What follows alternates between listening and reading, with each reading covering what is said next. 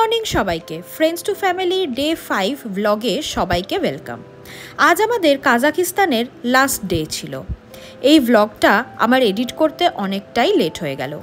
সত্যি বলতে সব কাজের মাঝখানে নিজের একটি শখ পূরণ করা হলো নিজেদের জীবনের কিছু অভিজ্ঞতা ভিডিওর মাধ্যমে তুলে ধরা। আর সমস্যা হচ্ছে যে সময় মতো আমি ভিডিও এডিট করেই উঠতে পারি না, কিন্তু তাই বলে তো আর থেমে যেতে পারি না। তো যাই হোক, অ্যাট লাস্ট ডে 5 ভ্লগটা আজ পোস্ট করেই ফেললাম। নতুন কোথাও ঘুরতে গেলে চলে যাওয়ার আগের দিনটা খুবই মন খারাপ হয়, এই ভেবে যে আবার বাড়ি গিয়ে সেই নর্মাল লাইফ। আর সত্যি বলতে বাইরের দেশে ঘুরতে গেলে সেখান থেকে বাড়ি ফেরার সময় হলে আরও বেশি মন খারাপ হয়, কারণ সব সময় মন চাইলেই যে সেই দেশে আবারও ঘুরতে যেতে পারবো এমনটা তো কখনোই নয়, তাই না? Good morning. তো এখন বাজে এখানে সকাল 11টা।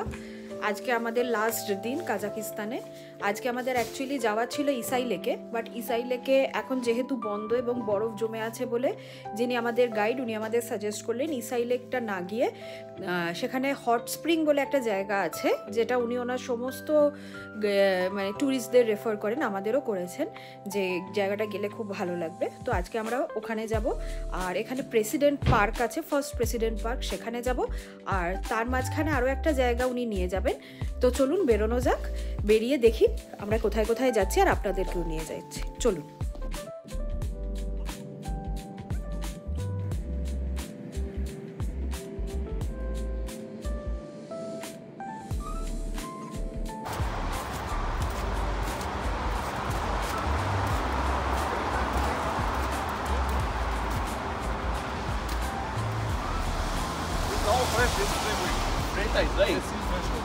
Fresh ice.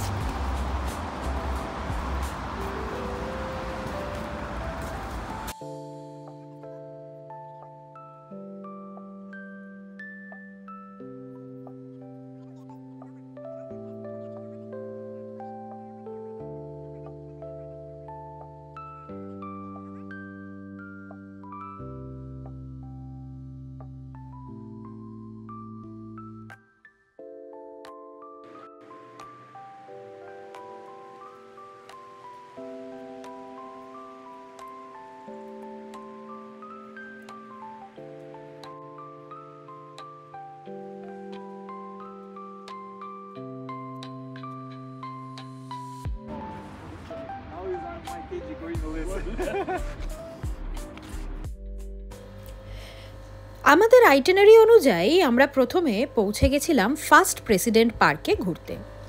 জায়গাটা সত্যিই খুব সুন্দর। পার্কের ভিতরে চারিদিকে শুধু বরফ আর বরফ, আর তার মাঝে মাঝে সারি দিয়ে দাঁড়িয়ে আছে পাইন ট্রি। তারপর আমরা অ্যাজ ইউজুয়ালি পার্কে ঘুরতে ঘুরতে নিজেদের কিছু ফটোশ্যুট করলাম, আর সেগুলি আপনাদের সাথে শেয়ারও করলাম।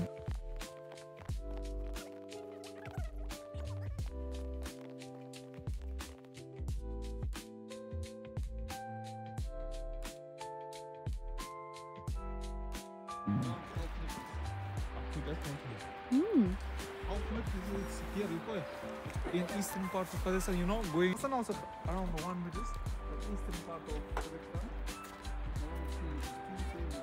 Eastern part of near China. চারিদিকে এত বরফ দেখে আমাদের যিনি গাইড ছিলেন উনি আর দেবাঞ্জন মিলে শুরু করে দিয়েছিল স্নোম্যান বানানো, আর আমি তাদের ভিডিও বানাচ্ছিলাম। খুব মজা হচ্ছিল, ঠিক মনে হচ্ছিল আমি নিজেই যেন আবার বাচ্চা হয়ে গেছি। এবং আমাদের যিনি গাইড ছিলেন উনি আমাদের কোম্পানি এতটাই পছন্দ করছিলেন যে মনে হচ্ছিল আমরা সবাই যেন নিজেদের বাচ্চাবেলায় আবার ফিরে গেছিলাম।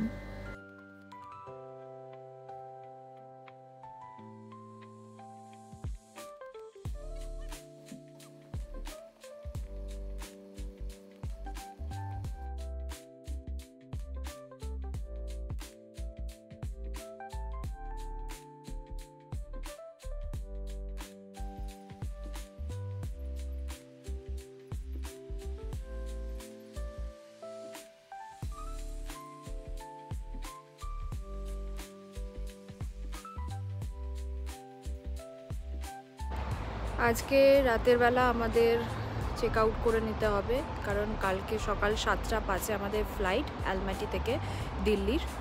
তো আজকে 2:30 নাগাদ আমরা কি 3টে নাগাদ চেক আউট করে নেবো রাত্রিবেলা।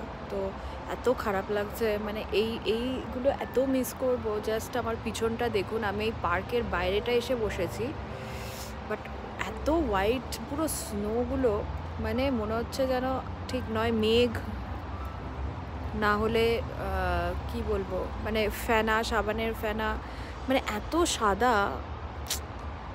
প্রচণ্ড মিস করব। স্পেশালি আমরা যে রুমটায় আছি ওই রুমটা খুললে, ওর বাইরে দরজা খুললেই যে পাহাড়, তার সাথে বরফ, জাস্ট মিস করব। খুব ভালো জায়গা, ট্রাস্ট মি, ভীষণ ভালো।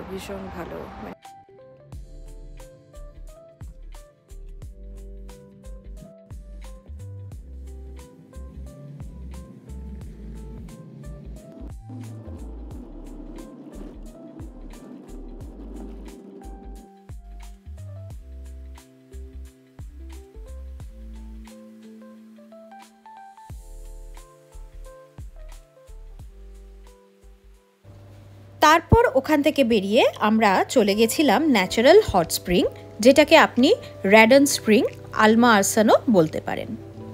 জায়গাটি অসম্ভব সুন্দর, যে কি বলবো আপনাদের। সত্যি বলতে এটা আমাদের আইটিনারিতে ছিল না। অ্যাকচুয়ালি আমাদের যাওয়ার কথা ছিল ইসাই লেকে, কিন্তু সেই সময় ইসাই লেকটা পুরোই বরফে জমে গেছিল। তাই আমাদের যিনি গাইড ছিলেন উনি এই জায়গাটি ইসাই লেকের পরিবর্তে আইটিনারিতে অ্যাড করে দিয়েছিলেন। কিন্তু আপনারা যদি কখনো অ্যালমাটি বেড়াতে যান তাহলে এই জায়গাটি আইটিনারিতে অবশ্যই অ্যাড করবেন। হট স্প্রিং অবধি আপনাকে ট্রেক করে পৌঁছতে হবে, আর ট্রেকিংয়ের রাস্তাটা কিন্তু খুবই স্লিপারি, তাই অবশ্যই গ্লাভস ক্যারি করবেন এবং প্রপার শু ম্যান্ডেটরি, না হলে পড়ে যাওয়া নিশ্চিত। এই সাজেশনটাও আমাদের গাইডই আমাদের করেছিলেন, যার জন্য অন্যদের তুলনায় আমাদের ট্রেক করতে অনেকটাই ইজি হয়েছিল। সত্যি বলতে এত সুন্দর জায়গাটা যে ক্যামেরায় বন্দি করা আর নিজের চোখে দেখার মধ্যে একটা আলাদাই তৃপ্তি।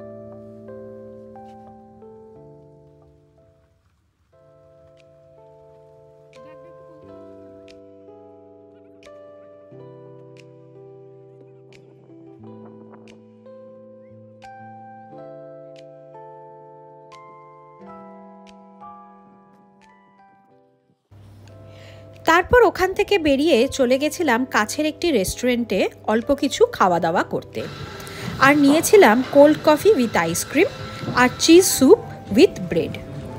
ঠান্ডার জায়গাতে বসে কোল্ড কফি উইথ আইসক্রিম খাওয়ার মজাটাই আলাদা। এই ঘুরতে ঘুরতে কখন যে বিকেল হয়ে গেল টেরও পেলাম না।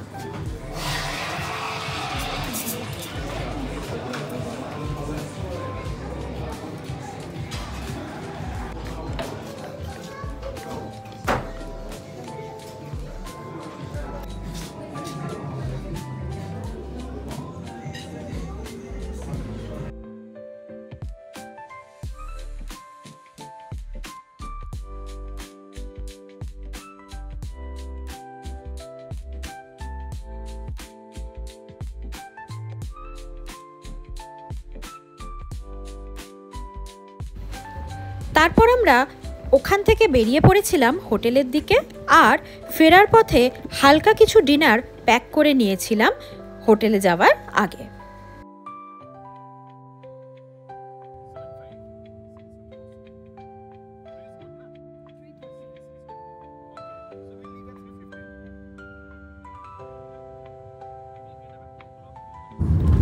আমাদের অ্যালমাটি থেকে দিল্লির ফ্লাইট ছিল সকাল 7:05 নাগাদ, তাই আমরা সময়ের একটু আগেই বেরিয়ে পড়েছিলাম এয়ারপোর্টের উদ্দেশ্যে, কারণ আমাদের লাগেজের ওয়েট অনেকটাই এক্সট্রা হয়ে গিয়েছিল এবং সেটার জন্য আমাদের এক্সট্রা পেমেন্টও করতে হয়েছিল, এবং সমস্ত প্রসিডিওর যাতে হাতে সময় নিয়ে করতে পারি তাই তাড়াতাড়ি বেরিয়ে পড়েছিলাম আমরা।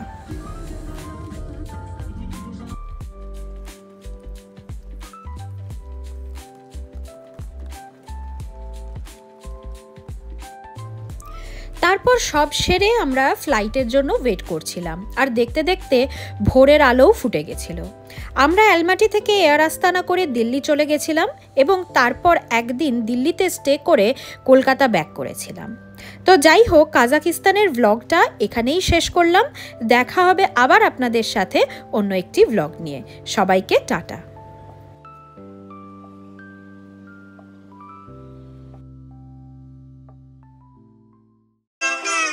When the moon hits your eye like a big pizza pie, that's amore. When the world seems to shine like